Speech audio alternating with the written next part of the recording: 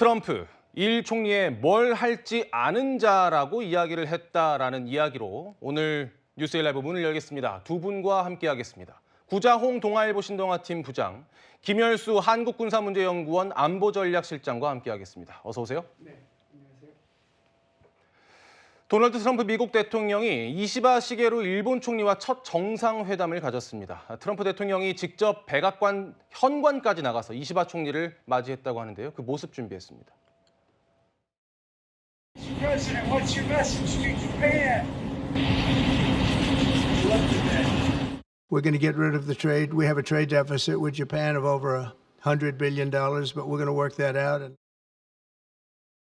트럼프 대통령이 이렇게 마중까지 나오고 이시바 총리와의 공개적인 모습에서도 굉장히 화기애애한 모습을 우리가 볼 수 있었는데 구자홍 부장님, 네. 외신에서는 이시바 총리가 아부의 예술을 보여줬다 이런 평가도 나오더라고요. 그렇습니다.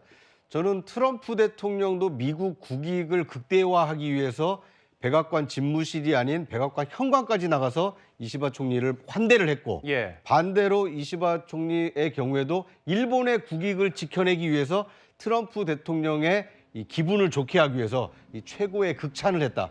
그러니까 양 정상이 짧은 시간이지만 서로 자신이 책임을 지고 있는 자국 이익을 어떻게 하면 지킬 것인가, 극대화할 것인가, 그걸 하기 위해서 말과 행동으로 치열한 외교전을 벌였다. 이렇게 지켜보는 것이 타당하지 않을까 하는 생각이 듭니다. 김 실장님, 외교라는 건 총성 없는 전쟁이라고 표현되기도 하고 그만큼 국익을 위해서라면 뭐 아부를 하든 뭘 하든 할 수 있는 건 다 해야 되겠죠. 이시바 총리가 트럼프 대통령의 개인적인 그 어떤 특성을 잘 이용한 맞춤형 정상회담을 했다라고 생각을 합니다. 그래서 일부 언론에서 아부라고까지 표현을 하지만 저는 그걸 통해 가지고 오히려 일본이 얻을 수 있는 것은 많이 얻었다라고 생각을 하거든요. 그래서 철저하게 이번에 주고받았다라고 생각을 하는데요.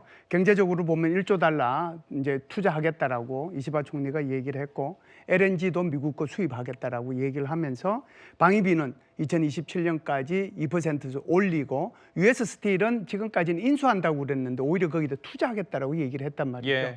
그러면서 이제 미국으로부터 받아낸 것들이 있는데 바로 미일 동맹은 동아시아에 있어서 코너스톤이다, 핵심적인 축이다라고 얘기를 하는 거고 한미일 안보 협력이 중요하다라고 하는 거고 중국이 동아시아에서 특히 동중국해에서 현상 변경하는 것은 반대한다라고 얘기하는 거고 동중국해에 있는 이제 센카쿠 제도죠. 그러니까 일본의 열도죠. 그 센카쿠 제도에 대해서는 한미 상호 방위 조약의 대상이라고 하는 것을 받아낸 거거든요. 줄 건 주고 받을 건 받았지만 굉장히 철저하게 준비된 정상회담을 이시바 총리가 했다. 저는 그렇게 봅니다. 알겠습니다. 우리가 미일 정상회담에도 주목할 수밖에 없는 이유는 아무래도 우리는 어떻게 대응할 것인가에 관한 문제를 알아봐야 하기 때문이겠죠.